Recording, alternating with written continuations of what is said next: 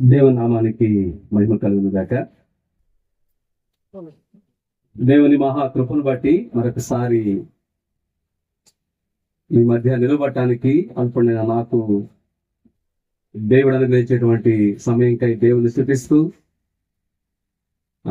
ఆహ్వానించినటువంటి స్థానిక సంఘ ప్రియులకు, బాధ్యతగా ఉన్నటువంటి ప్రతి ఒక్కరికి కూడా ప్రభువైన యేసుక్రీస్తు నామములో హృదయపూర్వక వందనాలు చెల్లిస్తున్నాను. మీ అందరికీ వందనాలు. నా నోరు చెయ్యి రెండు పని చేసినాయి. మీరు కేవలం చెయ్యి మాత్రం అన్నారు కాబట్టి మీరు నోరు కూడా పని చెప్పండి. అందరికీ వందనాలు. Very good. కాబట్టి మజ్జిగ ప్రభావం మంచిది.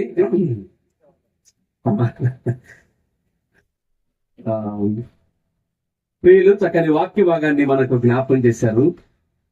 సిలువ యాత్ర అనేటువంటి దాంతో మొదలు పెట్టారు. నేను ఆ రెండు మాటలు ఏది ప్రియులు మనకి మోహన్ రావు గారు కూడా ఒక మాట అన్నారు, ఎక్కువ అసలు ఒక మాట అన్నారు. ఏమన్నారంటే ఇది మన దేవుని దేవుని ఆయుధశాల అని చెప్పి అన్నారు. దేవుని ఆయుధశాల నుంచి దేవుడు మనకు ఏ బాణాలు లేకపోతే ఏవి సంధిస్తాడో అని ప్రియులు జ్ఞాపకం చేశారు. కాబట్టి ఆయన సిలువ యాత్రతో మనకు మొదలు పెట్టాము.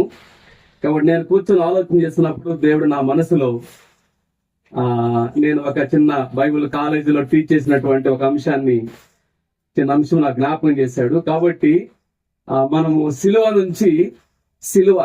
యాత్ర నుంచి సిలువ సైనికులుగా వెళ్దాం. సిలువ యాత్ర నుండి సిలువ సైనికులుగా. ఎవరైతే ఈ సిలువ యాత్రను అర్థం చేసుకుని యేసుక్రీస్తు ప్రభువారి యొక్క మరణాన్ని అర్థం చేసుకుని, బరబ్బా అయితే అవకాశాన్ని ఉపయోగించుకోలేదు కానీ ప్రక్కన ఉన్నటువంటి దొంగ అయితే అవకాశాన్ని ఉపయోగించుకొని యేసుక్రీస్తు ప్రభువారిని సొంత రక్షకునిగా అంగీకరించి ఆయనతో పాటు పరదేశకు లేకపోతే పరలోకానికైనా వెళ్ళాడు అనేది మనం చూస్తాం. కాబట్టి ఈ సమయంలో ఒక చిన్న మాట, దేవుని ఆయుధశాల నుంచి మనకి ఎటువంటి బాణాలు ఈ మధ్యాహ్నకాల సమయంలో వస్తే జ్ఞాపకం చేసుకుందాము. ఒక మాట దేవుని వాక్యం నుంచి మనం చదువుకొని వాక్యాన్ని ధ్యానం చేద్దాము. అపోస్తలుడైన పౌలు తిమోతికి రాసినటువంటి రెండవ పత్రిక. అపోస్తలుడైన పౌలు తిమోతికి రాసిన రెండవ పత్రిక.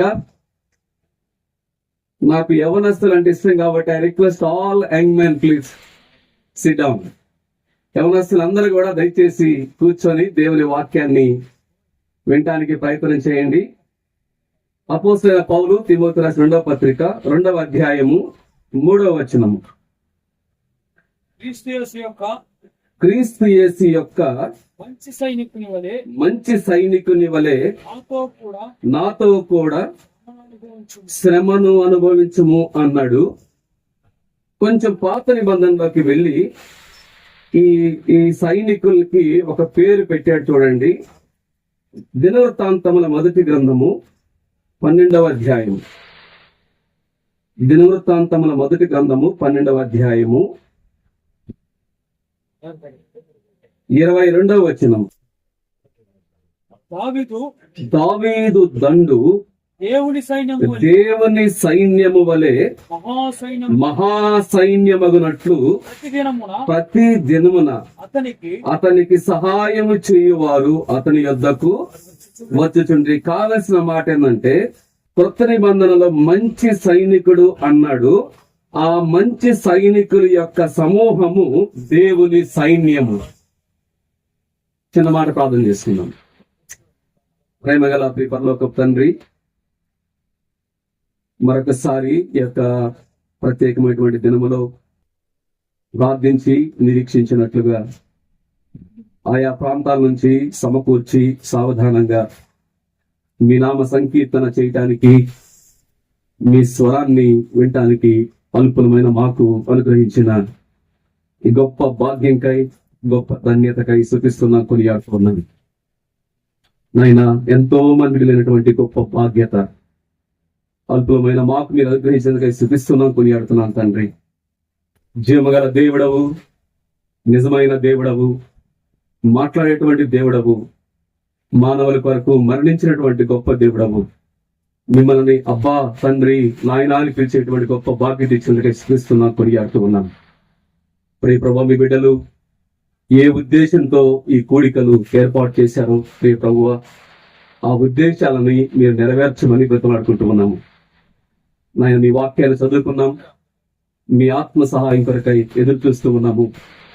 మా ప్రభు, మీరు మాట్లాడుతూ ఉండగా వినగలిగే చెవి, గ్రహించగలిగే మనస్సు, లోబడే స్వభావము, ఆచరించే జీవితాన్ని దయచేయమని, ఒక్క మాటైనను మా అందరితో మీరు మాట్లాడమని, అందరి హృదయంతరంగములు ఎరిగిన దేవా, మా హృదయాలను తట్టమని మాతో మీ కృపకు అప్పచెప్పుకుంటూ ప్రభువైన యేసుక్రీస్తు నామమున స్తుతించి ప్రార్థించి వేడుకుంటున్నాము తండ్రి. ఆమేన్, ఆమేన్. అపోస్తలుడైనటువంటి పౌలు వాస్తవంగా ఆయన చెరసాలలో ఉన్నాడు. ఆయన మరణానికి చాలా దగ్గరగా ఉన్నాడు. అపోస్తలుడైనటువంటి పౌలు అని అంటున్నప్పుడు బైబిల్ గ్రంథంలో పౌలు గారికి ప్రత్యేకమైనటువంటి స్థానం ఉంది. ఒక మామూలు చెప్పాలంటే భక్తిపరుడు, రోషమైనటువంటి వ్యక్తి.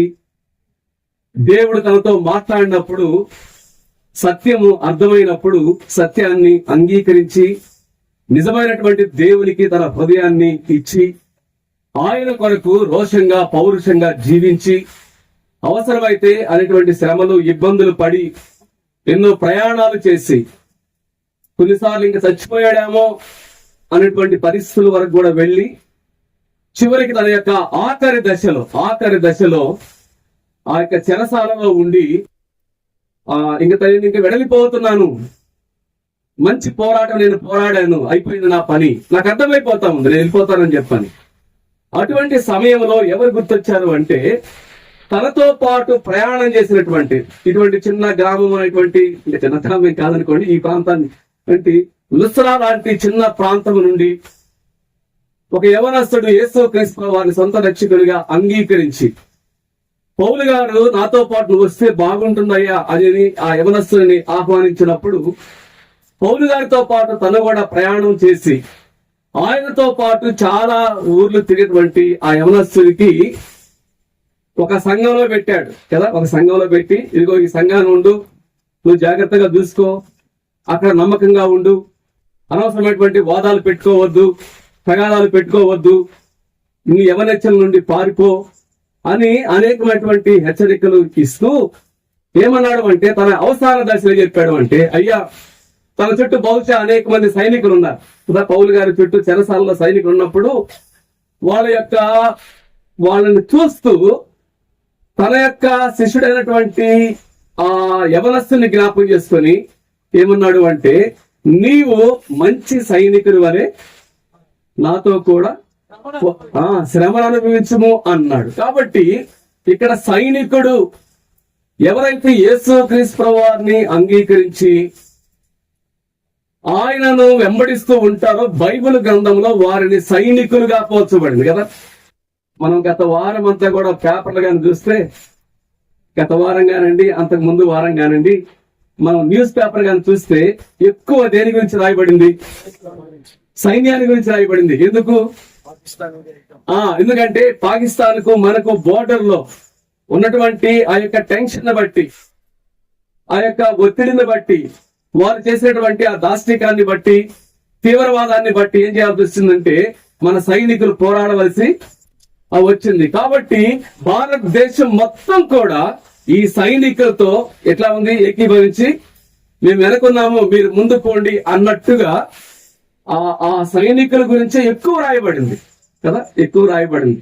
కాబట్టి ఇప్పుడు అపోస్తలుడైనటువంటి పౌలు ఇక్కడ తిమోతితో మాట్లాడితే ఏమంటాడు అంటే, నీవు మంచి సైనికుడి వలె అనే మాట ఉపయోగించాడు. అయితే నా యొక్క అంశము అది కాదు కానీ, ఆ సైనికుడు అన్నాడు. సైనికుడు ఏం చేయాలి చెప్పండి? ఏం చేయాలి? సైనికుడు పోరాడాలి అన్నాడు కదా. కాబట్టి మంచి సైనికుని వలె ఆ పోరాటాన్నే శ్రమ అనే మాట కూడా మొదటి పత్రిక, రెండో పత్రిక చూస్తే 3 సార్లు 4 సార్లు ఏముంటుందంటే మంచి పోరాటం, మంచి సైనికుడే గాని పోరాటం అంత మంచిది కాదు అన్నట్టు ఉండకూడదు. అర్థమవుతుందా? సైనికుడు మంచోడే, కానీ చేసే పోరాటం మాత్రం అబ్బే అంత అడ్డదిడ్డం చేస్తా ఉంటాడు. అట్ట కాదు, నువ్వు మంచి సైనికుడు కాబట్టి పోరాటం కూడా ఎట్లా ఉండాలి? మంచి పోరాటము పోరాడాలి. అప్పుడేమవుతావంటే మంచి పరిచారకుడు అని చెప్పి అన్నాడు, మంచి పునాది అని చెప్పి అన్నాడు, మంచి మనస్సాక్షి అని చెప్పి అన్నాడు. అవి మీకు తెలుసు, వాటి గురించి నేను ఇప్పుడేమి వెళ్ళట్లేదు. కావాల్సిన మాట ఏమిటంటే మంచి సైనికుడి వలె మంచి పోరాటము పోరాడాలి అని చెప్పి అన్నాడు. ఈ పోరాటానికి ఆయుధాలు కూడా ఇచ్చాడు కదా, పౌలు గారి ఆయుధాలు కూడా ఇచ్చాడు. మరి పోరాటానికి ఆయుధాలు కావాలి కదా. ఏమిటి ఆయుధాలు? ఏం చెప్పండి? నోరేసుకొని పడిపోవటమా? ఏం మన ఆయుధం చెప్పండి. ఒక మాట అంటే 4 కొట్టించుకోవా? ఏంటి మన ఆయుధం? ఏంటిది? పౌలు గారు ఏమన్నాడు అంటే మన ఆయుధాలు శరీర సంబంధమైనవి కావు అన్నది అన్నాడు. ఇదే కొరింథీ పత్రిక అంటారు, మన ఆయుధాలు శరీర సంబంధమైనవి కాదు, కానీ శరీర సంబంధమైనవి కాదు కానీ దుర్గాలను పడగొడతాయి. దుర్గాలంటే కోటలను కూడా. ఆ కోటలను బురుజులను సాతాను ఏం చేశాడు అంటే కోట కట్టుకొని బురుజులు కట్టుకొని మనము ఆ ప్రాంతాలకు వెళ్లకుండా, లేకపోతే ఆ వ్యక్తులను స్వాధీనం చేసుకోనకుండా, వారి హృదయాలు మారకుండా ఏం చేశాడు అంటే కోటల్లా కట్టిపెట్టాడు బలంగా. కాబట్టి ఏమన్నాడు అంటే మన ఆయుధాలు శరీర సంబంధమైనవి కాదు గాని, చూడమాట 2వ కొరింథీ 10వ అధ్యాయం కదా, కొరింథీ రాసినటువంటి 2వ పత్రిక 10వ అధ్యాయము 4వ వచనం చూడండి. మా యుద్ధోపకరణములు శరీర సంబంధమైనవి కావు గాని దేవుని ఎదుట దుర్గములను పడదోయ జాలినంత బలము గలవై ఉన్నవి అన్నాడు. పైకి కనపడవు మా ఆయుధాలు, కానీ దుర్గాలు అంటే కోటలు, ఫోర్ట్ అని చెప్పి అంటాం, కోటలను కూడా పడగొట్టేటువంటి బలమైనవి అన్నాడు. మేమేం చేస్తాము ఆయుధాలతో? 5వ వచనం, వితర్కములను దేవుని గూర్చిన జ్ఞానమును అడ్డగించు ప్రతి ఆటంకమును పడద్రోసి ప్రతి ఆలోచనను క్రీస్తుకు లోబడినట్లు చెరపట్టి అని ఏం చేస్తామంటే సాతాను ఇట్లా అనుకోండి, ఊహించుకోండి. ఇప్పుడు ఇక్కడ పలాని కోట ఉందండి, ఆ కోట ఏం చేశాడంటే సాతాను కోట. వాడు ఏం చేశాడంటే లోపల మనుషులను బంధించాడు. సువార్త వినకుండా, దేవుని వాక్యాన్ని వినకుండా, చెవి ఎగ్గకుండా ఒక దుర్గాన్ని కట్టినట్టుగా, కోటని కట్టినట్టుగా పెట్టాడు. ఇప్పుడు మనం ఏం చేయాలని చెప్పన్నాడంటే అడ్డగిస్తా ఉన్నాడు. ఆ వితర్కాలు ఉన్నాయి, దేవుని గురించిన జ్ఞానాన్ని అడ్డగిస్తూ ఉన్నాడు. అయితే మా ఆయుధాలు ఏం చేస్తాయంటే ప్రతి ఆలోచనను పట్టి తెచ్చి క్రీస్తుకు లోబడినట్లుగా చేస్తవి అని చెప్పి అన్నాడు. చాలా మంచి మాట. కాబట్టి మంచి సైనికులము మంచి పోరాటం పోరాడాలి అని మాట. అయితే నేను ముందుకు వెళ్ళక ముందు ఇంకొక మాట ఏంటంటే, సాధారణంగా ఈ లోకంలో సైన్యంలో చేర్చుకోవాలంటే ఏదైనా లోటు ఉంటే చేర్చుకుంటారా? హెల్త్ సర్టిఫికేట్ ఇవ్వాలి కదా. పర్టికులర్ గా కొన్ని జాబ్స్ కి మెడికల్ ఫిట్నెస్ చాలా ఇంపార్టెంట్. మెడికల్ ఫిట్నెస్ కానీ లేకపోతే మన సైన్యంలో అయినా నీకే చెయ్యి బాగలేదు, కాలు బాగలేదు, నీకే బీపీ షుగర్, లేకపోతే నీకే కళ్ళు సరిగ్గా కనపడవు, లేకపోతే నీకే మైండ్ సరిగ్గా పనిచేయదు, ఇక నువ్వేం పోరాటం చేస్తావు అన్నట్టుగా మెడికల్ ఫిట్నెస్ కానీ లేకపోతే ఏ లోపము కానీ నీలో కనపడితే, ఇక్కడ లోపమే కాదు ఎంక్వైరీ చేస్తారు కదా. ఒకసారి నీకు ఇచ్చే ముందు, జాయిన్ చేసుకో ముందు ఎంక్వైరీ చేస్తారు. ఏమని ఎంక్వైరీ చేస్తారు? నేరాలు ఘోరాల్లో నీవేమన్నా తలదూర్చావా, నీ మీద ఏమైనా ఉందా, అసలు నీ గురించి ఏమనుకుంటున్నారు, ఊర్లో ఏమనుకుంటున్నారు, పోలీస్ స్టేషన్లు ఏమనుకుంటున్నారు, నీ మీద ఏమైనా ఉన్నావా అని చెప్పని ఇవన్నీ కూడా ఎంక్వైరీ చేస్తారు. ఒకటి ఫిజికల్ ఫిట్నెస్, హెల్త్ ఫిట్నెస్ చూస్తారు. రెండవది బయట వారి నుంచి కూడా నీకు ఎటువంటి సర్టిఫికేట్ ఉంది, ఏమనుకుంటున్నారు నీ గురించి అనేది కూడా చూస్తారు. ఈ రెండిట్లో ఎక్కడైనా సరే తేడా ఉందనుకోండి, ఏం చేస్తారు? అన్ఫిట్ అని చెప్పి అంటారు.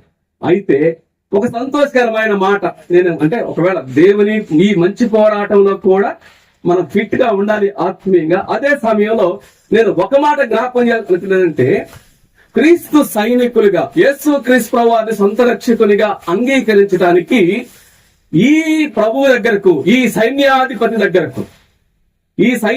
దగ్గరకు వచ్చినప్పుడు ఏం చేస్తాడు అంటే, నీ పిక్చర్ చెక్ చేస్తాడు,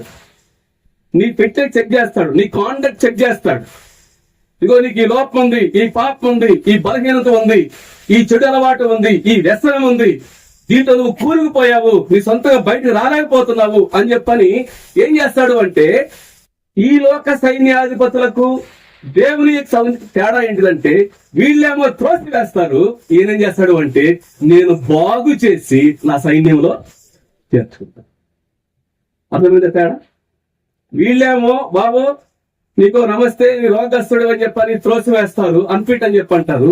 ఈయనేమంటాడు అంటే, నాకు తెలుసు నువ్వు పాపివే, నాకు తెలుసు నీకు బలహీనత ఉంది, నీ అంతటా నువ్వు బయటికి రాలేకపోతున్నావు, నా సిలువ దగ్గరికి వస్తే నేనేం చేస్తాను అంటే, సిలువ రక్తము చేత నిన్ను కడిగి పవిత్రపరచి నిన్నేం చేస్తాను అంటే నా సైన్యంలో చేర్చుకుంటా. అందువలనే అందరు కూడా ఇదిగో ఇతడు దొంగ దొంగ బందిపోటు దొంగ అని చెప్పని సిలువలో ఎలా ఆడదీసినప్పటికి కూడా ఈ సైన్యాధిపతి ఏమన్నాడు అంటే, నేడు నీవు నాతో కూడా పరదేశంలో ఉండు. ఎవరు చేసుకుంటారండి?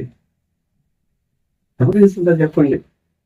నువ్వు కాళ్ళ ఏళ్ళబడు, కాళ్ళు పట్టుకో, చేతులు పట్టుకో, రకరకాల చెయ్యి, ఎవరు చేర్చుకోరు. కానీ పాపిని క్షమించి బాగు చేసి తన సైన్యములో చేర్చుకునేవాడు ఈ యొక్క పరలోక సైన్యాధిపతి.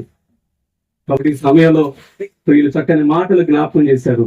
ఇంకా ఈ గుంపులో ఎవరైనా సరే యేసు క్రీస్తు ప్రభువుని సొంత రక్షకునిగా అంగీకరించుకోండి. పట్ల ఎవరి బిడ్డలు మీరు కొంతమంది ఎక్కడెక్కడ ముందు ఒక ముగ్గురు కనపడుతున్నారు, వెనక ముగ్గురు కనపడుతున్నారు. నా కళ్ళు ఎవరస్తులు వెనక వెళ్తా ఉంటాయి కాబట్టి అక్కడ వెనకాల ఉన్నారు కాబట్టి ఎవరస్తులు ముందుకు రావాలి. కొంతమంది యంగ్ పీపుల్ ఉన్నారు కాబట్టి యవనస్తులు ఏంటంటే, ఒకవేళ యవనస్తులు సైన్యానికి ఎవరు కావాలి చెప్పండి? ఏ ఏజ్ లో సైన్యంలో చేరాలి? ఏ ఏజ్ లో? కాళ్ళ నొప్పులు, చేతుల నొప్పులు వచ్చిన తర్వాత నడవలేక, మెట్లు ఎక్కలేక అప్పుడు సైన్యం చేసుకునేది. ఎప్పుడు సైన్యంలో ఉండాలి? మంచి యంగ్, కాళ్ళలు, చేతులు, బలము అన్ని ఉన్నప్పుడు ఏం చేయాలంటే సైన్యంలో చేరాలి. కాబట్టి యేసుక్రీస్తు ప్రభువు సైన్యంలో కూడా దేవుడు నిన్ను కోరుకుంటాడు, ఎవరి బిడ్డలను కోరుకుంటాడు. ఎందుకంటే యవన కాలంలో ఆయన కాడిని మోయట నరునికి మేలండి చెప్పండి. యవనస్తులారా, మీరు బలవంతులు, దుష్టుని మీరు జయించి ఉన్నారు అని చెప్పన్నాడు. ఆ బలం ఉంది, ఆ శక్తి ఉంది. ఆ బలం ఉన్నప్పుడే, శక్తి ఉన్నప్పుడు ఏం చేయాలి అంటే, యేసుక్రీస్తు ప్రభువుని సొంత రక్షకునిగా అంగీకరించి ఆయన సైన్యంలో చేరాలి అనేటువంటి విషయం. అయితే బైబిల్లో 3 మాటలు ఉన్నాయి కదా. ఒకటి పరలోక సైన్యము అనే మాట ఉంది కదా. పరలోక సైన్యం, పరలోక సైన్య సమూహము. ఆయన స్తుతిస్తూ ఉన్న యేసుక్రీస్తు ప్రభువు జన్మించినప్పుడు ఏముందంటే, పరలోక సైన్య సమూహం ఏముంటుంది? సర్వోన్నతమైన స్థలంలో ఆయనకు మహిమ, ఆయన బిడ్డలకు భూలోకంలో సమాధానం అనే మాట. కాబట్టి పరలోక సైన్యము, మహాదూతలు, కెరూబులు, శరాబులు, కోటకొల దూతలు, పరలోక సైన్యం ఉందండి. అట్లానే బైబిల్లో ఆకాశ సైన్యము అన్నాడు కదా. ఆకాశ సైన్యం అది చెప్పండి. ఆకాశ సైన్యం, దురాత్మ మరొక సమూహము, ఆకాశ సైన్యం. ఈవెన్ మీరు గమనిస్తే ఈ నక్షత్రాలు, సూర్య చంద్ర నక్షత్రాలు, వీటిని కూడా ఏమన్నాడు అంటే ఆకాశ సైన్యము అనే మాట ఉపయోగించాడు. అయితే పరలోక సైన్యము ఉంది, ఆకాశ సైన్యము ఉంది. వీటన్నిటికంటే కూడా ప్రాముఖ్యమైనది ఏంటంటే భూలోకములో దేవుని సైన్యం. ఎవరి సైన్యం అంటే, ఎవరైతే యేసు క్రీస్తు ప్రభువుని సొంత రక్షకునిగా అంగీకరించి సంఘంలో సహవాసంలో చేర్చబడ్డారో వారేమంటే వాళ్ళు దేవుని సైన్యం. అనుకోండి, దేవుని సంఘము భూలోకములో దేవుని సైన్య సమూహము. అంటే ఇప్పుడు ఒక్కొక్కరేమో సైనికులు, ఈ సైనికులు మొత్తం కూడా ఒక చోట చేరిస్తే ఏమవుతారు? సైన్యం అవుతారు, అంతే కదా. సైనికుడు అనేమో ఏకవచనము, సైన్యము అనేదేమో బహువచనం, ప్లూరల్ అని చెప్పి అంటాము. కాబట్టి ఒక్కొక్కళ్ళము మన సైనికులము. మనం అందరం కూడా ఒక సంఘంగా ఒక చోట చేరినప్పుడు ఏమవుతుందంటే ఇది దేవుని సైన్యము, దేవుని మంద అన్నాడు. రకరకాల భాష ఉపయోగించాడు. దేవుని మంద లేదా దేవుని సైన్యము అని చెప్పి అన్నాడు. ఇప్పుడు ఈ దేవుని సైన్యానికి ఉండవలసినటువంటి లక్షణాలు, దేవుని సైన్యానికి ఉండవలసినటువంటి లక్షణాలు, మనము దావీదు సైన్యము దేవుని సైన్యము వలె ఉందట. ఆ దావీదు సైన్యాన్ని దేవుని సైన్యం అని ఎందుకు అన్నాడు? దావీదు దండు దేవుని సైన్యము వలె మహాసైన్యముగా ఉందట కదా. దినవృత్తాంతం మొదటి గ్రంథము 22వ అధ్యాయం. దినవృత్తాంతముల మొదటి గ్రంథము 22వ అధ్యాయం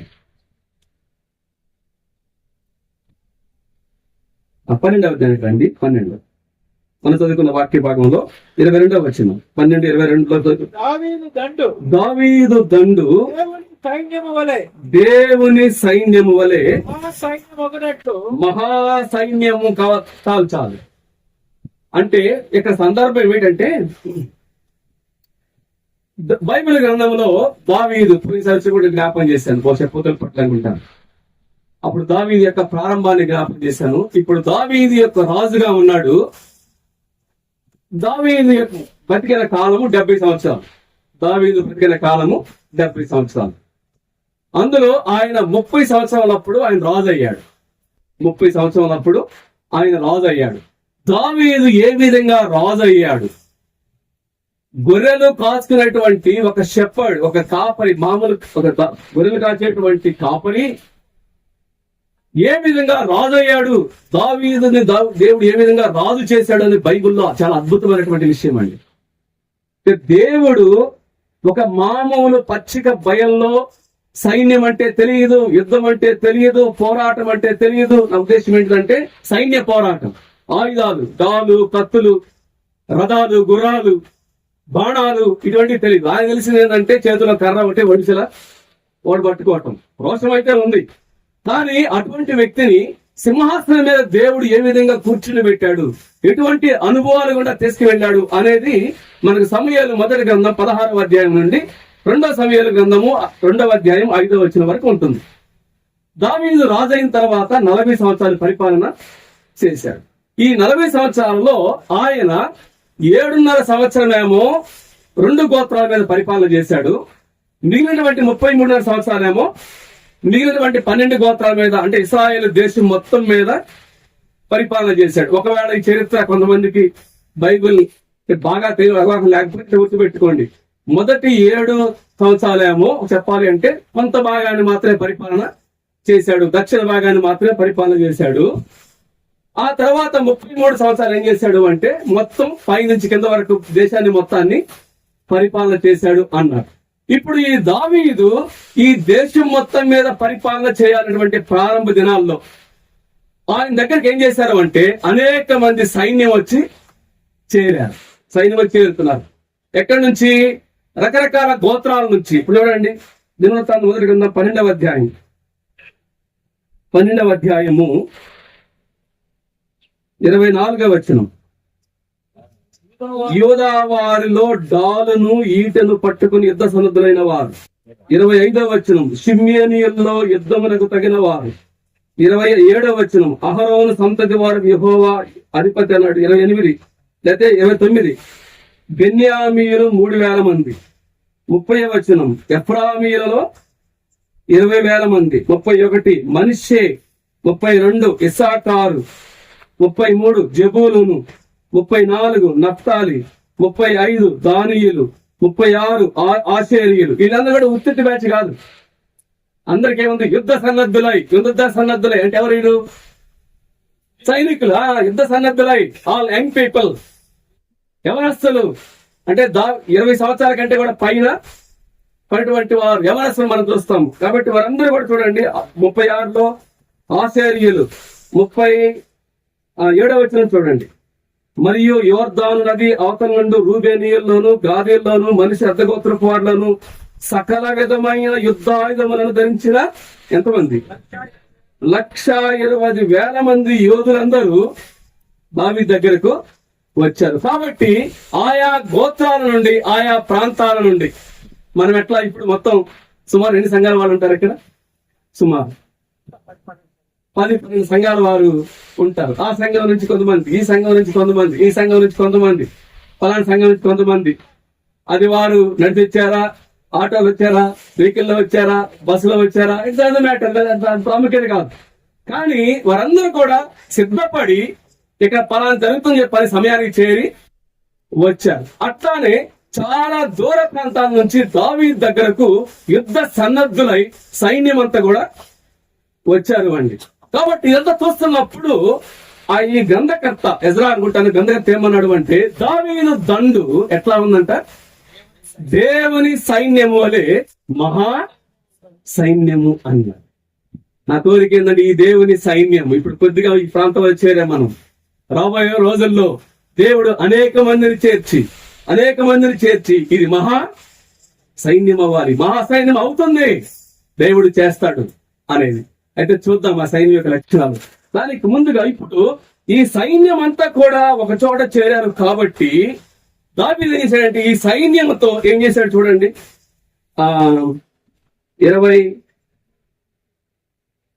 18వ అధ్యాయానికి రండి. 18వ అధ్యాయం దినవృత్తాంతాల మొదటి గ్రంథం 18వ అధ్యాయం మొదటి వచనం. ఇది అయిన తరువాత దావీదు ఫిలిష్తీయులను జయించి అనేటువంటి మాట. ఎట్ట జయించాడు? ఒక్కడే పోయాడా? ఎవరున్నారు? సైన్యం. అది దాదాపు 3 లక్షల మందికి లెక్క పెట్టండి. 3 లక్షల మంది పైనే ఉంటారు. ఒక గోత్రం కాదు, ఒక ఊరి వారి కాదు, అందరూ కలిసి ఆ ప్రాంతాలు అందరూ కలిసి ఒక సైన్యంగా ఏర్పడి ఈ సైన్యము ఫిలిష్తీయుల మీదకి వెళ్ళినప్పుడు ఏమైంది? ఫిలిష్తీయులను జయించి తర్వాత 22వ వచనం 18:2 అతడు మోయాబీయులను జయించగా కప్పము కట్టువారై ఉండని అనే మాట. 9వ వచనం సైన్యం అంతటిని ఓడించాడు. ఇక మీరు చూసుకుంటే 18వ అధ్యాయం మొత్తం చదివితే ఏముంటుందంటే దావీదు నఖముఖాల పైన గాని north south west east, west లో సముద్రం ఉంటుంది అనుకోండి. కాకపోతే దావీదు పోయిన చోటల్లో కూడా గొప్ప విజయాన్ని సాధించాడు. ఇశ్రాయేలు యొక్క దేవుడు ఏ ప్రాంతాన్నైతే అబ్రహామునకు వాగ్దానం చేశాడో దావీదు కాలంలోనే ఆ భూభాగాన్ని మొత్తాన్ని కూడా దావీదు జయించాడండి. ఎట్లా జయించాడు? ఎట్లా? అదే అన్నమాట సైన్యం. అది ఏ సైన్యం? ఇది మంచి సైన్యం, దేవుని సైన్యం. ఇది మహా సైన్యంలాగా అయిపోయింది. దావీదు ఆయా ప్రాంతాలకు వెళ్ళాడు. వారికి ఇక్కడ ఒక నెల్లూరు, గంగాధర నెల్లూరు కానండి, లేకపోతే రామనాయుడుపల్లి కానండి, ఏ విధంగా సైన్యంగా చేసేటువంటి మనము ఆయా ప్రాంతాలకు వెళ్ళినప్పుడు ఈ యొక్క సైన్యంగా వెళ్ళినప్పుడు ఏమవుతుందంటే అది ఫిలిస్తీన్లు గాని మోయాబీలు గాని మరొకరు కానండి గొప్ప విజయాన్ని దేవుడు ఇచ్చాడు. సరిహద్దులను దేవుడు విశాల పరిచాడు, దేవుడు విస్తరింపు చేశాడు. ఇశ్రాయేలు యొక్క రాజ్యము చాలా పెద్ద రాజ్యంగా అయిపోయింది అండి. అయితే నా అంశం ఏంటంటే ఈ విధంగా ఈ యుద్ధ పరాక్రమశాలైనటువంటి ఈ సైన్యం, ఈ దేవుని సైన్యము యొక్క గుణలక్షణాలు ఏంటిది? ఎందుకు వీరు ఎక్కడ పోయినప్పటికీ కూడా సైన్యముగా జయించడానికి కారణాలేంటిది? ఈ దేవుని సంఘమైనటువంటి దేవుని సైన్యానికి ఉండవలసినటువంటి గుణలక్షణాలు మనం జ్ఞాపకము చేసుకుని ముగించుకున్నాం. ఒకటి రండి, 12వ అధ్యాయం దినవృత్తాంతం మొదటి గ్రంథం 12వ అధ్యాయము మొదటి వచనం. దావీదు కీషు కుమారుడైన సౌలునకు భయపడి ఇంకను దాగి ఉండగా సౌలు బంధువులకు బెన్యామీనులో పరాక్రమశాలులు కొందరు దావీదులకు యుద్ధ సహాయము చేయుటకై అనే మాట. ఇక్కడ బంధుప్రీతిని వదిలిపెట్టి ఇక్కడ సౌలు బంధువులు ఎవరికి వచ్చారు? దావీదు దగ్గరికి వచ్చారు. దేని కొరకు? ఇది దేవుని సైన్యం, మేము దేవుని సైన్యంతో కలవాలి. మా పితరుడు ఏదో సౌకర్యం చేసి ఉండొచ్చాము, కానీ అది కాదు వాక్యానుసారమైనది, ఇది దేవుని సైన్యము అని చెప్పి ఏం చేశాడు అంటే కొంతమంది అక్కడికి వచ్చారు. మనకు కావాల్సిన మాట యుద్ధ సహాయము చేయుటకై అనే మాట 17వ వచనం చూడండి. 17 నేను చదువుతున్నాను. 17 దావీదు బయలుదేరి వారికి ఎదురుగా పోయి వారిని మీరు సమాధానం కలిగి నాకు సహాయము చేయుటకై అనే మాట ఉంది. అలానే 19వ వచనం 19 సౌలు మీద యుద్ధము చేయబోయిన ఫిలిష్తీయులతో కూడా దావీదు వచ్చినప్పుడు మనుష్య సంబంధంలో కొందరు అతని పక్షం చేరిరి. దావీదు ఫిలిష్తీయులకు సహాయము చేయలేకపోయాను అనేటువంటి మాట ఉంది. 21వ వచనం 21 వారందరూ పరాక్రమశాలులను సైన్యాధిపతులైనది ఆ దండును హతము చేయుటకు వారు దావీదునకు సహాయము చేసిరి. 22వ వచనం దావీదు దండు దేవుని మహా సైన్యము ప్రతిదినమున అతనికి సహాయము చేసి. కాబట్టి ఇప్పుడు 5 వచనాల్లో మామూలుగా రిపీటెడ్ గా మరలా వచ్చిన పనులని చెప్పండి. సహాయము, వెరీ గుడ్, సహాయం. దావీదు సైన్యం లేకపోతే దేవుని సైన్యం, దావీదు సైన్యము అది దేవుని సైన్యంగా ఉంది. ఇప్పుడు నూతన నిబంధనలో మన సంఘము మంచి సైనికుల సమూహము, సంఘము దేవుని సైన్యం. కాబట్టి దావీదు సైన్యానికి ఉన్నటువంటి ఒక లక్షణము, వారు ఫిలిష్తీయులను జయించడానికి, మోయాబీలు జయించడానికి, హదదెజరు రాజును జయించడానికి కారణం ఏమిటంటే వారికి ఉన్న ఒక లక్షణం ఏంటిదంటే సహాయము చేయడం, ఒకరికి ఒకరు సహాయము చేయడం. ఈ సమయంలో మరి మన సైన్యం ఇది జీవము గల దేవుని సంఘం, దేవుడు తన స్వరక్తము సంపాదించినటువంటి సంఘం. ఇది పరలోక సైన్యాధిపతి ప్రభు యొక్క సంఘము, సైన్యము. మనకు కూడా ఉండవలసినటువంటి లక్షణం ఏంటిదంటే ఒకరికి ఒకరము సహాయం చేసుకోండి. సహాయం అనే మాట నేను దాన్ని విస్తరించి మాట్లాడు. కొత్త నిబంధనలో కూడా చాలా మాటలు ఉంటాయి. అయితే సహాయాలు రకరకాలు ఉన్నాయి కదా. ఉదాహరణకి ఏ సహాయం చేయొచ్చు? కొంతమంది వాళ్ళు ఏం చేశారు వాళ్ళు 12వ అధ్యాయము దగ్గరున్న వాళ్ళు అంటే దావీదు ఏమో హెబ్రోన్ లో ఉంటే దగ్గర కొంతమంది ఉన్నారు. 40వ వచనం 12:40 ఇశ్రాయేలీయులకు సంతోషం కలిగి ఉండెను గనుక ఇస్సాకారు, జెబూలూను, నఫ్తాలి అనువారి పులిమేరల వరకు వారికి సమీపమైన వారు గాడిదల మీదను, ఒంటెల మీదను, కంచర గాడిదల మీదను, ఎద్దుల మీదను ఆహార వస్తువులైన పిండి వంటకములను, అంజూరపు అడలను, ఎండిన ద్రాక్ష పండ్ల గెలలను, ద్రాక్ష రసమును, నూనెను, గొర్రెలను, పశువులను విస్తారంగా తీసుకొని వచ్చారు. ఇదొక సహాయం కదా. దగ్గర ఉన్న వాళ్ళు ఏం చేయాలంటే ఈ సైన్యానికి ఏం తీసుకొచ్చారు? అసలు లెక్క పెట్టి చాలా ఉన్నాయండి. అయితే కొత్త నిబంధనలో సరే ఇదంటే సార్ బ్రదర్ మాకు సహమతి లేదు, ఎంతసేపటికి మీరు సహాయం అంటే ఏదో మాట్లాడుతున్నారు ఏదో అని. కానీ ఒక విషయంలో మాత్రం ఏమంటే ఎక్స్క్యూజ్, సాకు చెప్పడానికి లేదండి.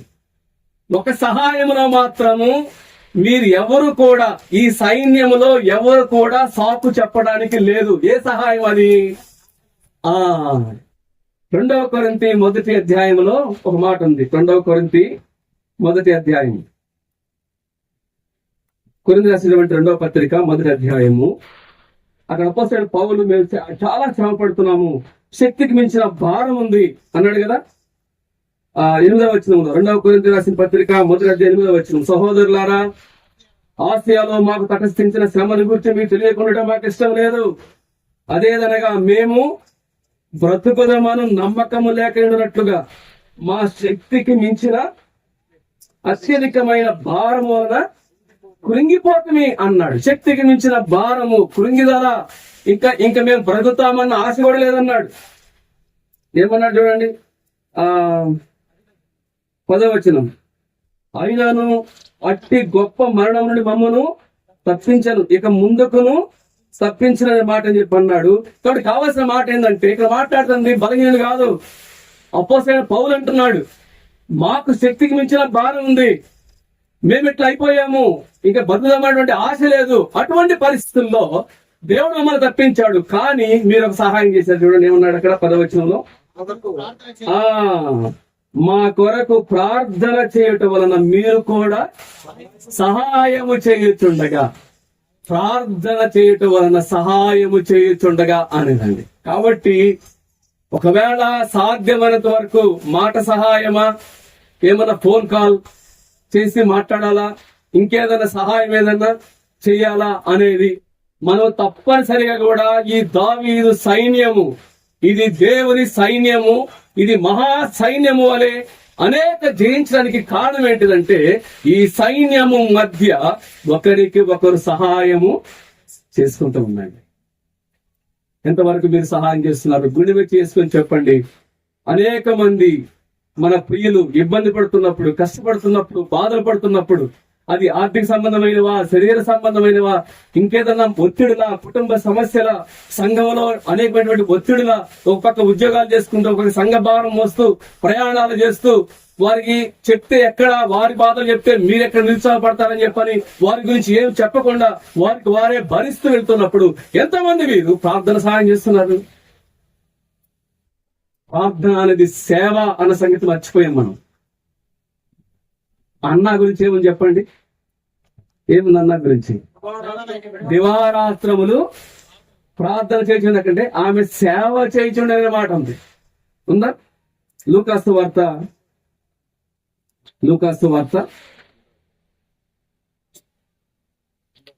2వ అధ్యాయంలో అక్కడ అంటే 37వ వచనం చదవండి.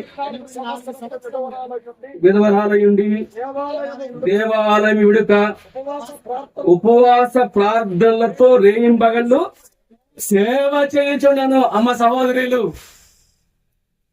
మీకు దేవుడు ఇచ్చినటువంటి గొప్ప సేవ ఏంటిదంటే ఏ సేవ? ప్రార్థనా సేవ, ప్రార్థనా సహాయము అంటాడు. జాగ్రత్తగా వినండి.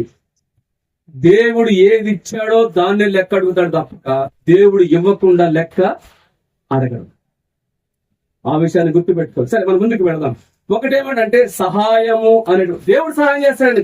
అక్కడ మనం దేవుడు సహాయకుడు ఎబెనేజర్ అంటాడు కదా, దేవుడు తప్పనిసరిగా సహాయం చేస్తాడు. అది దాని గురించి మాట్లాడట్లేదు.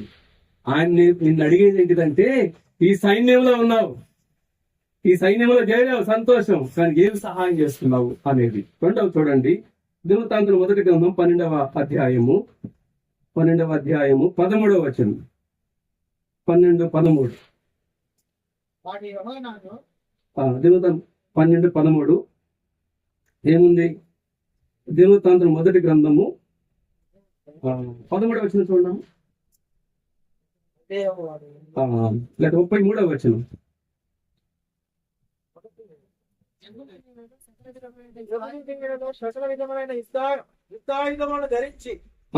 జబూలనీయులలో సకల విధములైన యుద్ధాయుధములను ధరించి యుద్ధములకు పోదగిన వారును యుద్ధపు నేర్పుగల వారును మనస్సునందు పొరుపు లేకుండా యుద్ధము చేయగలవారు అన్నాడు. 38వ వచనం చూడండి.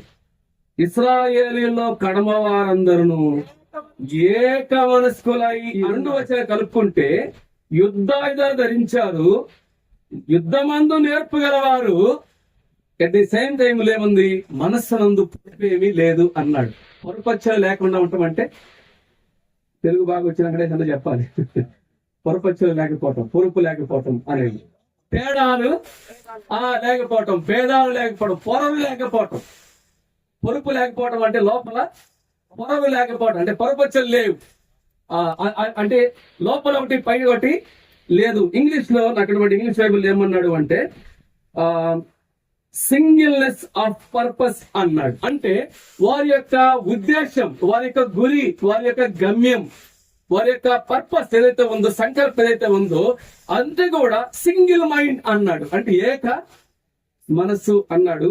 38వ వచనంలో వారందరూ కూడా ఏక మనస్కులై అన్నాడు. దావీదు సైన్యము, దేవుని సైన్యం యొక్క 2వ లక్షణం ఏంటిదంటే ఏక మనస్సు అండి. లేకపోతే నువ్వు పిలిచి మీద పో, నేను మోయిపోయి పోతాను, నువ్వు ఆదేశకు పో, నువ్వు అడుగో, నేను ఇడిపోతాను, నీకు నాకు సంబంధం లేదు, నీకు నాకు పడదు అసలు అని చెప్పని మొదలు పెట్టామనుకోండి, ఏమవుతుందంటే మనం జయించడం కాదు, ఏమవుతుంది? శత్రువే మన మీద దాడి చేస్తాడు. పీలికలు చేస్తాడు, చీలుస్తాడు. అంటే పేతురు, సాతాను మిమ్మల్ని గోధుమల వరే చల్లాలనుకుంటున్నాడు. గోధుమల వరే చల్లించారు సార్. చల్లించమంటే జల్లించేయడానికి, ఇసిరేయడానికి ప్రయత్నం చేస్తున్నాడు, చెల్లా చెదురు చేయడానికి ప్రయత్నం చేస్తున్నాడు. కానీ నేనేం చేశాను తెలుసా? నీ కొరకు వేడుకున్నాను అని చెప్పన్నాడు. సాతాను యొక్క పని ఏమిటంటే ఏక మనసును చెడగొట్టటము, మనసులో పొరపచ్చులు కలుగు చేయటం. మనసులో పొరపు కలుగు చేస్తా ఉంటాడు తెలియకుండానే. నీ లోపల నాకేంది ప్రార్థన ఇవ్వలేదు, నాకేంది పట్టించుకోలేదు, ఒక చిన్న పొరుపు స్టార్ట్ చేస్తాడు, పొరపచ్చులు స్టార్ట్ చేస్తాడు. అది పొదుగుతుంది. కోడి ఏ విధంగా పొదుగుతుందో అది పొదుగుతుంది. ఏదో తెలియకుండానే ఇంకొక మీటింగ్ లో కూడా పొరపాటు మిస్ అయిపోద్ది. చూసావా? ఆ మీటింగ్ లో మిస్ చేశారు, ఈ మీటింగ్ లో కూడా మిస్ చేశారు. కాబట్టి చిన్నగా ఏమవుతుందంటే ఆ పొరుపు కాస్త పెరుగుతా ఉంటుంది. కానీ గమనించండి, కొత్త నిబంధనలో కూడా ఇందాక ప్రియులు జ్ఞాపకం చేశారు. గెత్సెమనేటువంటి యేసు క్రీస్తు ప్రభువారు ప్రధాన యాజకుడిగా ఆ తండ్రి కుడిపార్శ్వమున చేసేటువంటి ప్రార్థన యొక్క ఒక చిన్న నమూనా, ఒక చిన్న ఉదాహరణ మనకి యోహాను సువార్త 17వ అధ్యాయంలో కొంత ఉంది. దాంట్లో దేని గురించి ప్రార్థన చేశాడు? నీవు నేను ఏకమై ఉన్నలాగున ఏకంగా మీరందరూ ఎట్లా ఉండాలి? ఏక మనస్సు కలిగి ఉండాలి అన్నాడు. ప్రియులారా, మేము ఇందాక చిట్టిబాబు నేను కారులో వస్తూ మేము బెంగళూరు విషయాలు, తర్వాత స్థానిక సంఘాల విషయాలు, అంటే మాకేం పెద్ద అనుభవాలు లేవు అని మేము ఊరికే మాట్లాడుకుంటూ, అంటే ఈ రోజుల్లో అంటే సాతాను బాగా పనిచేసిన ఒక విషయం ఏంటంటే ఏక మనస్సు లేకుండా చేయటం. తద్వారా ఏమవుతుందంటే ఈ సైన్యం ఉంది, అందరు యుద్ధాయుధాలే, ఎవరిని కదిలించండి, వాక్యం తెలుసు, వరాలున్నాయి, వాక్యం తెలుసు, వరాలున్నాయి, చక్కని పరిస్థితులు ఉన్నాయి, సైన్యంలో ఉన్నారు, యుద్ధాయుధాలు ధరించి ఉన్నారు. కానీ ఏకత్వం లేకపోవటం వలన జయము కరెక్ట్. కాబట్టి యేసు క్రీస్తు ప్రభువు తెలుసా, మీరు భూలోకములో దేనిని ఏకీభవించి బంధిస్తారు, అర్థమైందా?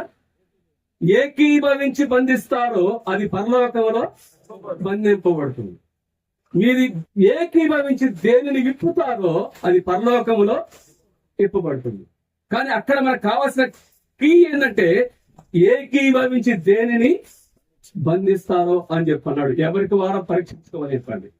బైబిల్లో రాయబడి ఉంది ఏంటంటే అభ్యంతరములు కలుగక మానవు గాని ఎవరి వలన అభ్యంతరములు కలిగినవో వారికి శ్రమ అన్నాడు.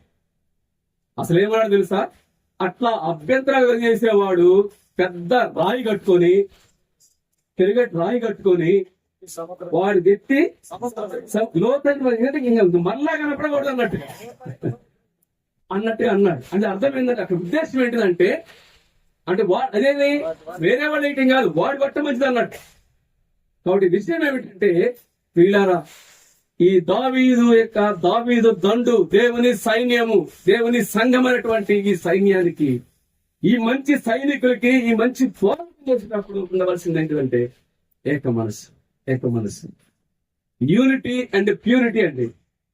క్రైస్తవ సంఘానికి ఉన్నటువంటి పునాదులలో ఒకటేంటంటే ఎఫెసీయులకు రాసిన పత్రిక 4వ అధ్యాయం ఉంటుందన్నమాట. 1 నుంచి 16 వచనంలో ఏముంటుందంటే రెండు విషయాలు ఉంటాయి. ఒకటేంటంటే 1 నుంచి 16 వరకు ఏమో యూనిటీ, 15 నుంచి ఏముంటుందంటే ప్యూరిటీ గురించి మాట్లాడతాడు. అంటే ఐక్యత, పవిత్రత. ఐక్యత లేకపోయినా కష్టమే, పవిత్రత లేకపోయినా కష్టమేనండి. పవిత్రత, ఐక్యత ఈ రెండు కానీ మన కానీ రెండు చేతుల్లో పట్టుకోగలిగితే పాతాళంలో ఒక ద్వారంలో దాని ఎదుట నిలువలేరు అన్నాడండి. సంఘము ఎదుట పాతాళంలో ఒక ద్వారం లేదు. సంఘానికి దేవుడు అంత ఫలాన్ని ఇచ్చాడు, కానీ ఫలం ఏమైంది? ఎందుకు ఆత్మ లక్ష్యం పట్టలేదు? ఎందుకు మనమే చాలా ఇబ్బంది పడుతున్న కారణం ఏంటిదంటే ఈ సైన్యంలో ఏక మనస్సుగా ఉండాలి అన్నాడు. ఆలోచన చేసుకుందాం, ఈ కొత్త విషయాలు కాదు. కానీ దయచేసి రెండు చేతులు జోడి చెప్పిందంటే ఈ చిత్తూరు ప్రాంతాల్లో దేవుడు గొప్ప సైన్యాన్ని ఇచ్చాడు. అనేకమైనటువంటి సంఘాలు ఉన్నాయి. ఇది గొప్ప దండు, దేవుని సైన్యం. తప్పనిసరిగా అనేకమైన ప్రాంతాలు విస్తరించడానికి దేవుడు సహాయం చేస్తాడు. ఈ ప్రాంతమే కాదు, దేవుడు సంఘాలను విస్తరింప చేస్తాడు. అయితే మనం జ్ఞాపకం చేసుకోవాల్సింది ఏంటంటే ఈ సైన్యానికి ఏక మనస్సు అనేది. మిగిలిన ఇంకొకటి జ్ఞాపకం చేసి ముగిస్తాను. చూడండి 18వ వచనం, దినవృత్తాంతం మొదటి గ్రంథం 12వ అధ్యాయం. మనం 12వ అధ్యాయంలో ఉంటాము. 12వ అధ్యాయము 18వ వచనం, 18 అమ్మ చదవనమ్మా. దావీదు, మేము నీ వారము, యెషయి కుమారుడా, మేము నీ పక్షమున్నాము, నీకు సమాధానము కలుగును గాక, సమాధానం కలుగును గాక, నీ సహకారులకును సమాధానం కలుగును గాక. ఇక్కడ 3 సార్లు ఒకే మాట చెప్పండి, సమాధానము అంటే సమాధానం. బైబిల్ ఏముందంటే సమాధానాన్ని వెతకండి, వెంటాడని చెప్పాలండి. సమాధానాన్ని వెతికి పట్టుకోవాలి. అంటే అసమాధానం కోసం కాదు మనం చూడాల్సింది, డిస్కషన్ పెట్టాల్సింది ఎక్కడ అసమాధానం కాదు, మన చర్చల్లో ఏ విధంగా సమాధానం పొందాలి అనేది ఉండాలి అండి. ఈ ఉదాహరణ చెప్తాను. నేను పోయినసారి చెప్పినట్టున్నాను.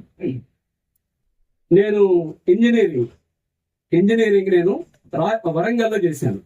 అప్పుడు రీజనల్ ఇంజనీరింగ్ కాలేజ్ అంటారు, ఆర్ఈసి అంటారు, ఇప్పుడు ఎన్ఐటి అంటారు, నేషనల్ ఇన్స్టిట్యూట్ ఆఫ్ టెక్నాలజీ అని చెప్పి అంటారు. అప్పుడు నాకు ఇంజనీరింగ్ ఎంట్రన్స్ లో స్టేట్ ర్యాంక్ వచ్చింది. నాకు 151 ర్యాంక్ వచ్చింది, స్టేట్ ర్యాంక్ వచ్చింది. అందువల్ల నాకు ఆ కాలేజీలో సీటు వచ్చింది. అయితే దేవుడు నాకు ఇచ్చేటువంటి చిన్న పరిచయం బట్టి అప్పుడే నేను 2nd year 3rd year 4th year ఉన్నప్పుడే వాకింగ్ చెప్పడం మొదలుపెట్టి చిన్నగా అసలు మధ్యాహ్నం. అయితే 31st నైట్ 31 రాత్రి నేను సంఘంలో వాక్యం చెప్తున్నప్పుడు నేను వాక్యాన్ని చదువుతున్నప్పుడు ఒక మాట నన్ను ఆపింది.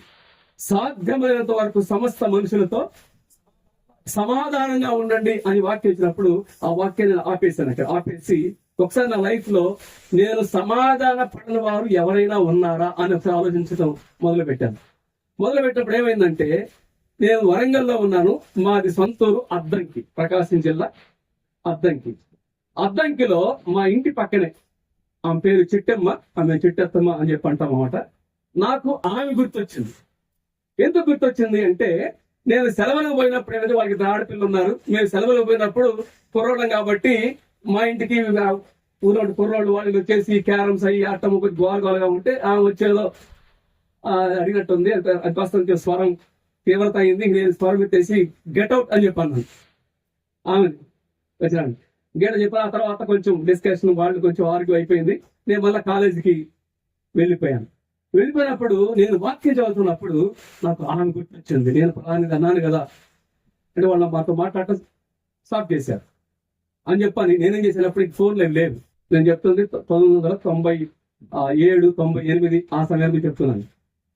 కాబట్టి అప్పుడు ఈ ఫోన్లు అవన్నీ కూడా ఏమి లేవు. అప్పుడు ఏం చేశానంటే ఉత్తర సమయంలో పనాలి విధంగా నేను ఈ మాట అన్నాను. అది అంటే ఎవరి కారణమో వేరే సంగతి, ఆ విషయమై పొరపాటు జరిగింది, అత్తమ్మ నన్ను క్షమించండి. అంటే బంధువేం కాదు కానీ పక్కన కాబట్టి వాళ్ళకి క్షమించే రాశాను. అయితే ఆ తర్వాత ఏం చేశారంటే దాన్ని యూజ్ చేసుకుని వాళ్ళు చూసేవో వాళ్ళతో తప్పు హడావుడు చేశారు. అప్పుడు దేవదాస్ గారు అని చెప్పని అద్దంకిలో సేవకులు ఉండేవాళ్ళు, ఆయన నాకు రాశాడు, నువ్వేంటి రాసావని చెప్పాను.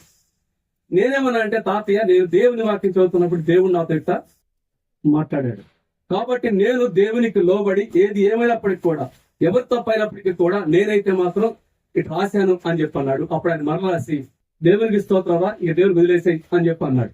మీరు నమ్మండి, నేను మరలా తిరిగి వచ్చిన తర్వాత మా ఇంట్లో అందరికంటే కూడా వారు ఎక్కువగా ప్రేమించేది నన్నే. ఖచ్చితంగా భోజనానికి పెడతారు. అది గమనించండి, సమాధానాన్ని వెంటాడుతూ నేర్చుకోవాలి. అంటే ఈ కూడిక నుంచి సాధ్యమైనంత వరకు మీకు ఎవరైనా గుర్తొస్తే ఈ రాత్రి పడుకోబోయే ముందే వారికి సమాధానం చెప్పండి. అత్తన, కోడల, పలాని సహోదరుడా, పలాని సహోదరా, పలాని పెద్ద, పలాని సేవకుడా, తప్పు ఎవరిదైనా పర్లేదు. గమనించండి, తగ్గింపు అనేది ఎక్కడ తెలుస్తుంది తెలుసా? నీ తప్పు కాకపోయినప్పటికీ కూడా నీకు తగ్గించుకునేటువంటి అంటే అవకాశం, అంటే అవసరం లేనప్పటికీ కూడా నిన్ను నీవు తగ్గించుకొని చేసేదే దేవుని కార్యం. దేవుని మనసు అంటే దేవుని మనసు అండి. యేసుక్రీస్తు ప్రభువు ఎందుకు తనను తగ్గించుకోవాలి? ఎందుకంటే ఆయన నీ కొరకు నా కొరకు దేవునితో సమాధానాన్ని తీసుకొని రావడానికి ముందుకు వెళ్దాం. మూడవది సమాధానం. దేవుని సైన్యం యొక్క లక్షణాలలో ఒకటి సహకారము, రెండవది ఏకత్వము, మూడవది సమాధానం చూస్తాం. 4వది చూడండి, 2వ వచనం 12:2. వీరు విలుకాండ్రయి కుడి ఎడమ చేతులతో వడిసెలతో రాళ్లు రుముటకు వింటి చేత అంబులను విడిచులకు సమర్థులైన వారు. అబ్బా, ఏం మాట అండి అసలు. అక్కడ బెన్యామీలు కదా, బెన్యామీలు అంటే కీషు బెన్యామీలు గురించి మాట్లాడుతుంటాడు. వీళ్ళు ఎడం చేత్తో ఎంత ఫాస్ట్ గా క్రికెట్ ఎంతమందికి వచ్చు ఇక్కడ ఆడేవారు కదా. సాధారణంగా రైట్ హ్యాండ్ బ్యాట్స్మెన్ కానీ లెఫ్ట్ హ్యాండ్ బ్యాట్స్మెన్ ఉంటారు. లెఫ్ట్ రైట్ సమానంగా ఆడిన కూడా చాలా తక్కువ ఉంటారు. ఈ మధ్య ఏం చేస్తారంటే రైట్ హ్యాండ్ బ్యాట్స్మెన్, నేను ఆడతాను కాబట్టి రైట్ హ్యాండ్ బ్యాట్స్మెన్ బాల్ ని బట్టి స్పిన్నర్ అప్పుడప్పుడు స్విచ్ అయిపోయి స్వీప్ చేస్తున్నారు, స్కూప్ లా టైప్ చేస్తున్నారు. అదేదో అప్పుడప్పుడు. ఇక్కడ వీళ్ళేందంటే ఏం సమర్థులు అంటే కుడి చేత్తో ఎట్లా బాణాలని బట్టి చేయగలరు, ఎడం చేత్తో కూడా అట్లే చేయగలరు వారు. కాబట్టి ఈ సైన్యం చూడండి ఎట్లా ఉందో. అంటే ఇక్కడ మనకు కావాల్సిన మాట ఏంటంటే సమర్థులు. కాబట్టి సైన్యానికి ఉన్నటువంటి 4వ లక్షణం ఏంటిదంటే వాళ్ళు సమర్థులు అన్నాడు అండి. అపోస్తలుడు పౌలు అన్నాడు తిమోతికి, అయ్యా నీవు సామర్థ్యము గల ఇంకో లక్షణం ఉంది, నమ్మకమైన మనుషులకు ఇవ్వు అని చెప్పి అన్నాడు. ఈ సైన్యంలో జయించాలి అంటే సామర్థ్యం లేకుండా చచ్చోడికి ఇవ్వడం కాదండి. సాధారణంగా ఎట్లా ఉంటుందంటే ఒక సమస్య ఉంటుంది. సామర్థ్యం ఉన్న వాళ్ళేమో నమ్మకస్తులుగా ఉండరు. నేను ఒక కంపెనీలో పనిచేస్తూ ఉన్నాను.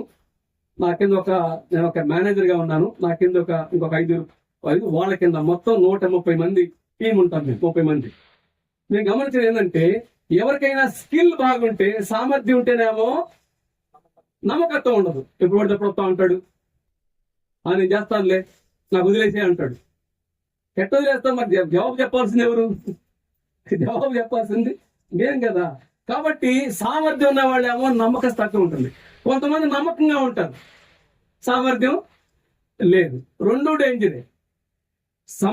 సామర్థ్యం ఉన్న వాళ్ళు నమ్మకత్వాన్ని నేర్చుకోవాలి, నమ్మకస్తులు నేర్చుకోవాలి. సామర్థ్యాన్ని డెవలప్ చేసుకోవాలి. నువ్వు టైం స్పెండ్ చేయాలి, నేర్చుకోవాలి, కష్టపడాలి, ప్రయాసపడాలి.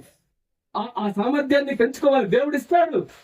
దేవుడు అవసరమైతే ఆ సమయానికి పలాంటి అవసరమైతే దేవుడు ఇస్తాడు. కాబట్టి 4వది ఏంటంటే సమర్థత అనేటువంటి మాట అండి. వాళ్ళు దేనికైనా సమర్థులు అన్నట్టుగా ఉండాలి. ముందుకు వెళ్దాం సమయాన్ని బట్టి. చూడండి 5వ లక్షణం 14వ వచనం 12-14. గాదీయులకు వీరు సైన్యములకు అధిపతులై ఉండిరి.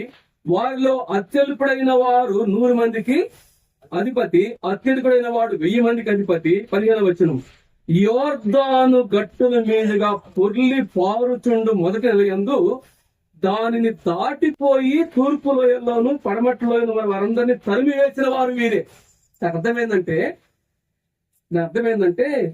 సమస్య ఉదాహరణకి యోర్దాను నది ఉంది మనకి. ఎట్లా నేను వచ్చినప్పుడు నది ఒక బ్రిడ్జ్ క్రాస్ చేసి వచ్చాను మేము. దాని పేరు నాకు తెలియదు. హీవా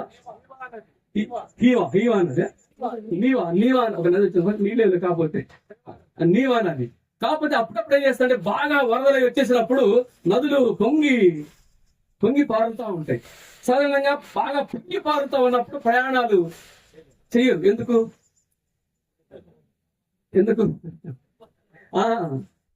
అది ఆ ప్రవాహంతో పాటు ఏదైనా ఇబ్బంది ఏర్పడి చెప్పాలి. కానీ ఇక్కడ ఒక బ్యాచ్ ఉన్నారు, వాళ్ళకి సవాళ్లు, సమస్యలు, శ్రమలు వచ్చినప్పుడు అంటే ఒకానొక టైం ఎట్లా ఉంటుందంటే మొదటి నెలలో ఈ యోర్దాను నది గట్లన్నిటి మీద పొంగి పారుతుంది. మీరు తర్వాత చూడండి యెహోషువ గ్రంథం 3వ అధ్యాయంలో ఆ సమయంలో దేవుడి మీద కాసేయమన్నాడు. యోర్దాను దాని గట్లన్నిటి మీద పొంగి పారుతున్నప్పుడు దేవుడు ఏమన్నాడంటే మీరు యోర్దాను దాటండి అని చెప్పి అన్నాడు. ఇక్కడ కూడా వీళ్ళు ఏమన్నారంటే ఇప్పుడేమి నీళ్లు ఏకరాశి కాలేదు, అద్భుత కార్యాలు ఆశ్చర్యకార్యాలు లేవు. కానీ ఈ సైన్యం ఏంటిదంటే ఇటువంటి సవాలు అంటే యోర్దాను దాని గట్లన్నిటి మీద పొంగి పారుతున్నప్పుడు ఏం చేశారు అంటే వాళ్ళు ఏం చేశారు, ఆ సవాళ్ళు ఎదుర్కొని దాన్ని దాటి వెళ్ళి శత్రువుని జయించారు. అది అంటే అర్థమైందంటే సమస్యలలో సవాళ్లను ఎదుర్కొని ఈ సైన్యము దాటి వెళ్ళేవారండి. కాబట్టి అన్ని బాగుండి రోడ్లన్నీ నీట్ గా ఉండి ఎక్కడ ఏ గతులు ఎక్కడ ఏ గతుకులు లేకుండా, ఎక్కడ ఏ ఇబ్బంది లేకుండా, ఎవరు ఏం మాట్లాడకుండా, నువ్వు చేసింది వెరీ గుడ్ శబాష్ బ్రదర్ అని నన్ను పొగుడుతూ ఉంటే, ఏ శ్రమ లేకుండా, ఇబ్బంది లేకుండా, కష్టం లేకుండా ఉంటేనే మేము వెళ్ళి దాటుతాము. ఏమాత్రం ప్రవాహం కొంచెం పెరిగితే మాత్రం మా వల్ల కాదు, ఆ బ్యాచ్ కాదు. ఈ దావీదు దేవుని సైన్యం, మహా సైన్యం, ఫిలిస్తీన్లు, మోయాబీలు అనేకమంది వారు జయించేటువంటి ఈ సైన్యం రక్షణ ఏంటంటే, యోర్దాను పొల్లి పారుతున్నప్పుడు శత్రువు వీళ్ళు రారులే అనుకున్నప్పుడు దాటి వెళ్లి జయించినట్టుగా మనం చూస్తాము అండి. ఇంకొక లక్షణం మనం చూద్దాము. 8వ వచనం 12:8. మరియు గాదీలో పరాక్రమశాలు, అందరు పరాక్రమశాలే, కొందరు అరణ్యమని దాగిన దావీదు, వీరు డాలును ఈటను వాడుకు చేయగల యుద్ధ ప్రవీణులు, సింహ ముఖము వంటి ముఖములు గలవారు, కొండలలో నుండి జింకలంత పాద వేగము గలవారు. వావ్!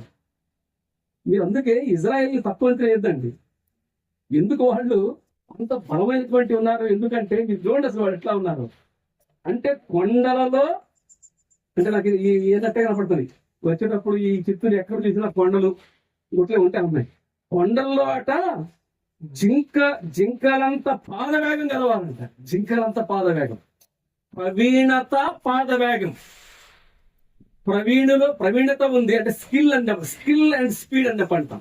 ఎవరస్తులు మరొక మాట సందర్భం వచ్చింది కాబట్టి, మీరు కెరీర్లో, మీ యొక్క చదువుల్లో, మీ కెరీర్లో, మీరు ఉద్యోగాల్లో మీరు అభివృద్ధి చెందాలి అంటే, మీరు ఉత్తీర్ణత సాధించాలి అంటే 2 చాలా ప్రాముఖ్యం. Skill and speed. ప్రవీణత ఉండాలి, వేగం కూడా ఉండాలి. ప్రపంచం మొత్తం విడిపోతా ఉంటే విడిపోకూడదు.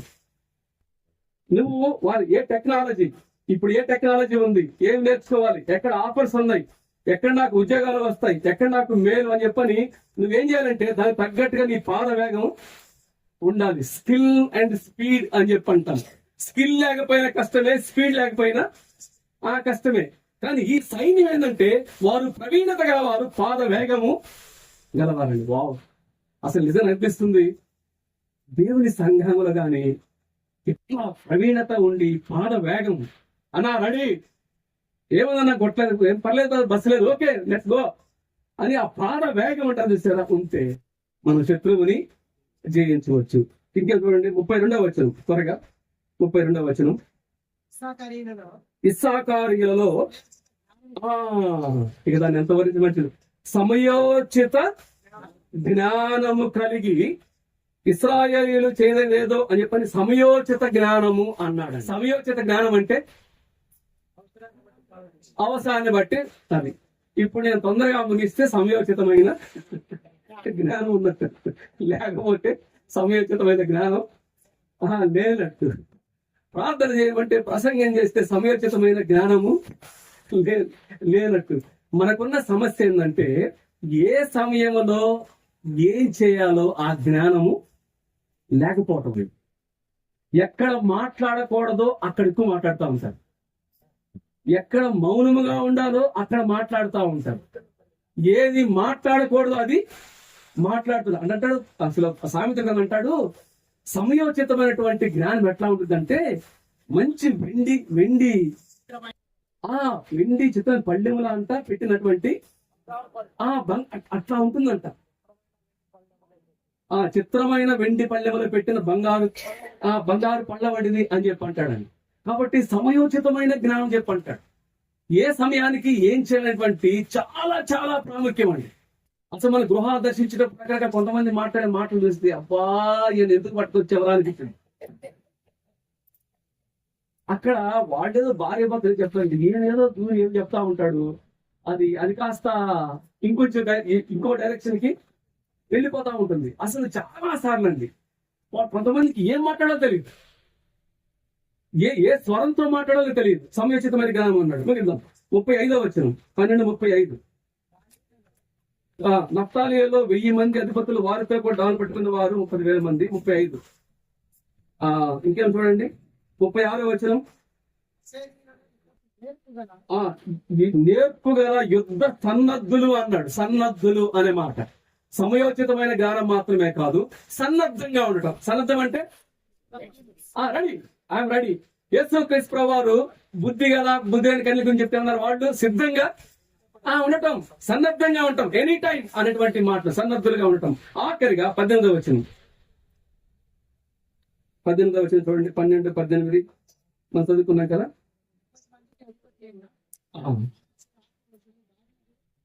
చాలు, మనకి ముగిస్తూ అయితే నేను కొన్ని విషయాలు చెప్పాను. ఒకటి, మంచి సైనికులు, మంచి పోరాటము, ఇది అందరూ కూడా దేవుని సైన్యము.